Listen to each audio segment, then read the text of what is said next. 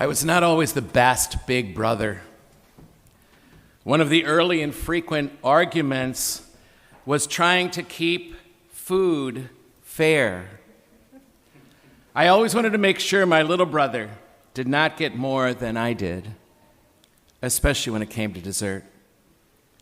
I was always comparing, I was always comparing to make sure he did not get more than I did.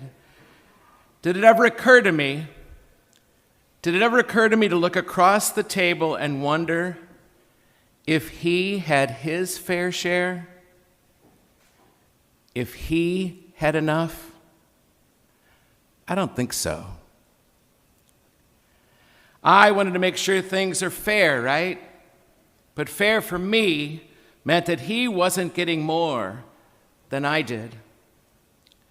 Should not or could not fair also have been that he got at least as much as I did? Was it possible that instead of looking at his bowl to make sure he did not get more than I could have looked over to make sure he got at least as much as I did? We don't really want our neighbor to have more than we have, perhaps. But can we want our neighbor to have enough? Enough, at least? The story in this gospel you just heard proclaimed lays bare my guilt. Could it possibly lay bare yours as well? A couple bullet points from that story.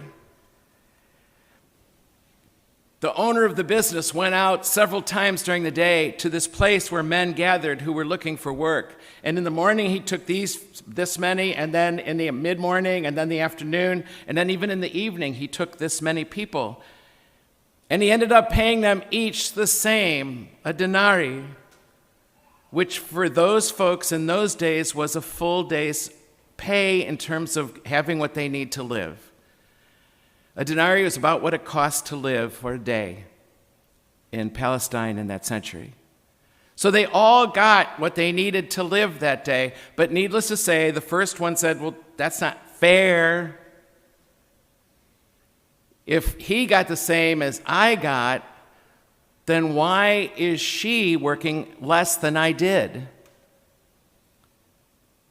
But the owner of the vineyard said, I want everybody to have what they need to live for the day. A 2,000-year-old story still rattles our cages. There's a big election coming up, in case you haven't noticed. Just about 44 days away now, I think. I'll be hosting a Zoom meeting for our students in the community for whomever wants to Zoom in. And we encourage you to attend to it if you can, to help you get your head on straight with the Catholic issues, all of them across the board, that we face in this crucial election.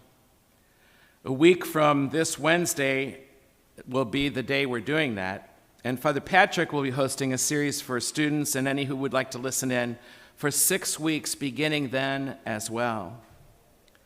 And the question this gospel demands that we ask this election cycle, and instead of trying to take them down a notch, try to get more for ourselves, maybe the question Jesus is trying to get us to is just this.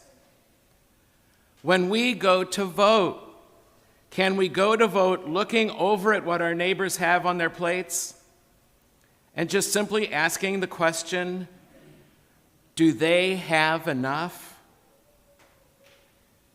Do they have enough? Enough to make it through the day, even. And I'm not just talking about our immediate neighbors, but them too. And I'm not talking about just food in the bowl, but that too. I'm talking about people everywhere, and I'm talking about enough of everything people need to be well and to flourish, even.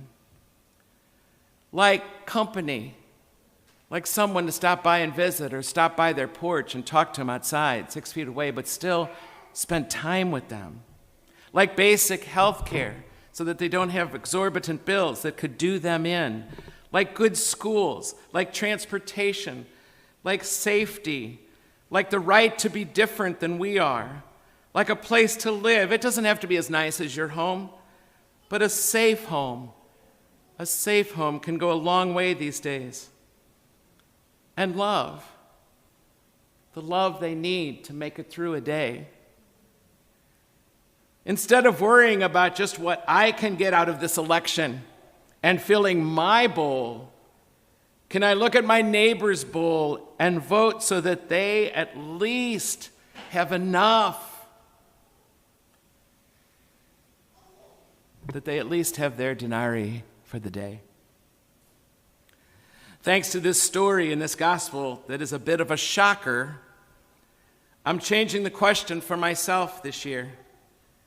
And I'm looking at her plate, not to see if she has more and then being upset that she has more than I do on her plate, but just trying to make sure she has enough.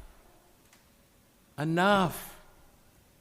She being not just my little brother, but also my neighbor. If we call ourselves followers of Christ, we can, and maybe even we should, begin to think like that. Christ was all about enough for all.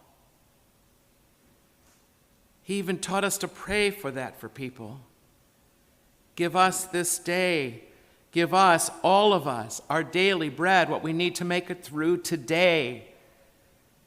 And not just those who earned it.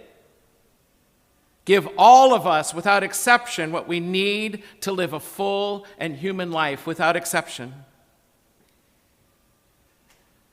That is what fair looks like in the future Jesus imagined for all of us. Kids have a keen sense of what is fair. So do we.